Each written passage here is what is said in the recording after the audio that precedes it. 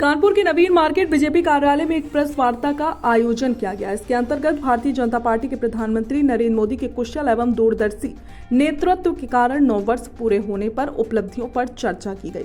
Press वार्ता में सुनील बजाज, सुरेश अवस्थी सहित सैकड़ों की संख्या में भारतीय जनता पार्टी के कार्यकर्ता उपस्थित रहे।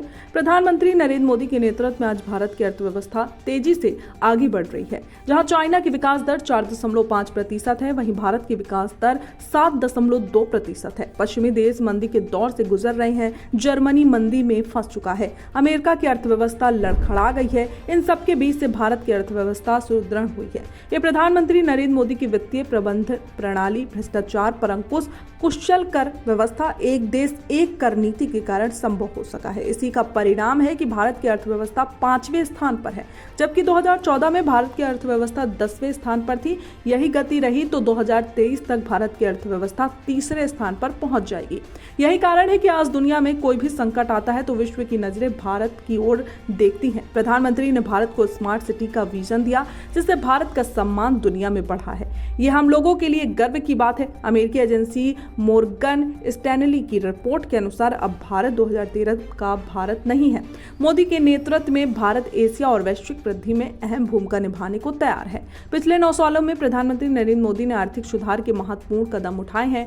कारपोरेट टैक्स की दर विश्व स्तर पर लाई गई है। एक देश एक कर व्यवस्था जीएसटी लागू की गई है।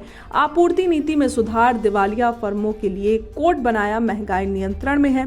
बजट 2014 से 15 में 13.12 लाख करोड़ से 2023-24 में 45.3 लाख करोड़ हुआ है। जेएम अर्थात जन धन आधार और मोबाइल से लगभग 3 लाख करोड़ रुपए से अधिक के लीकेज को खत्म करने में सफलता अर्जित हुई है। नए संसद भवन में आधुनिकता के साथ प्राचीन संस्कृति और पूरे देश का योगदान। 2014 तक प्रतिदिन 12 किलोमीटर सड़क बनती थी और अब 37 किलोमीटर हाईवे बन रहा है। वहीं कानपुर नगर में स्मार्ट सिटी के अंतर्गत विभिन्न कार्यों का कराया गया, जिसमें लाल इमली एवं कोतवाली को ल्यूमिनन लाइट के द्वारा सुंदरीकरण किया गया। नाना राव का सुंदरीकरण तथा तरुण ताल का नवीनीकरण, ग्रीन पार्क का सुंदरीकरण एवं पुराने खिलाड़ियों की यादों को संचालित करते हुए एक ऑडिटोरियम बनाया गया। अत्याधुनिक वातानुकूलित जिम, आनंदेश्वर कॉरिडोर का प्रथम भाग का कार्य पूर्ण, द्वितीय भाग का कार्य प्रस्तावित है। फूलबाग का सुंदरीकरण एवं कानपुर की ऐतिहासिक धरोहर व संस्कृति दर्शाने वाले लेजर शो, आर्यनगर विधानसभा में गंगा किनारे के सभी घाटों का सुंदरीकरण किया गया।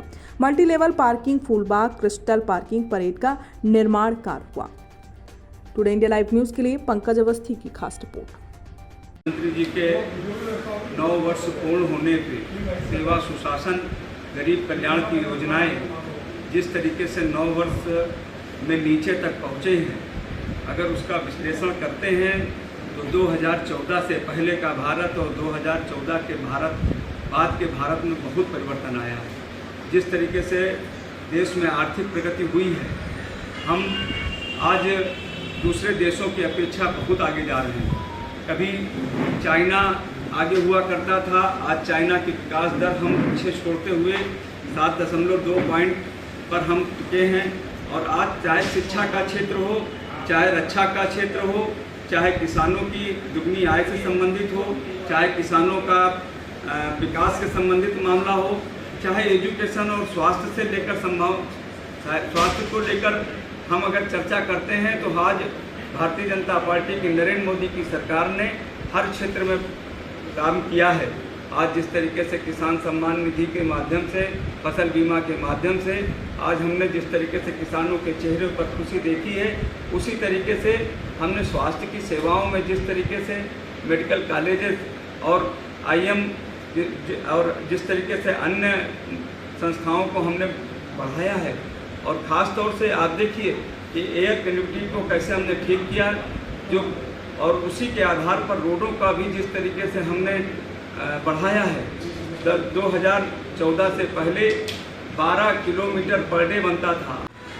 देखिए, इस विषय पे बहुत सुंदर जवाब है आपका, क्योंकि हम सब लोग पूरी तरीके से देख रहे हैं।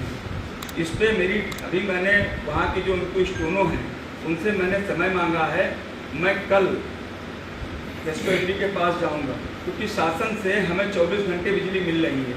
ऐसा क्या कारण है, क्या व्यवस्था आ गई? पूर्व में इस तरीके की व्यवस्था नहीं थी। उसके संबंध में कैस्को एमडी से बात करके जो भी होगा वो आपको मैं बताऊंगा। नगर निकाय चुनाव होने के बाद अभी जो समस्याएं आ रही हैं सीवर लाइन की, इस पर आप क्या कहना चाहेंगे? ये बारिश का समय अभी आने वाला है। देखिए हम पूरी तरीके से तैयार हैं, नगर निगम हमारा पूरी तरीके से तैयार है। नालों का टेंडर हो चुका है, नाले बिल्कुल पूरी तरीके से सफाई कर हो चुके हैं। अधिकारियों से लगातार हम सब लोगों के संबंध में चर्चा भी उनसे हो रही है और मुझे लगता है कि अब एक बदला हुआ नगर निगम आपको देखने को मिलेगा।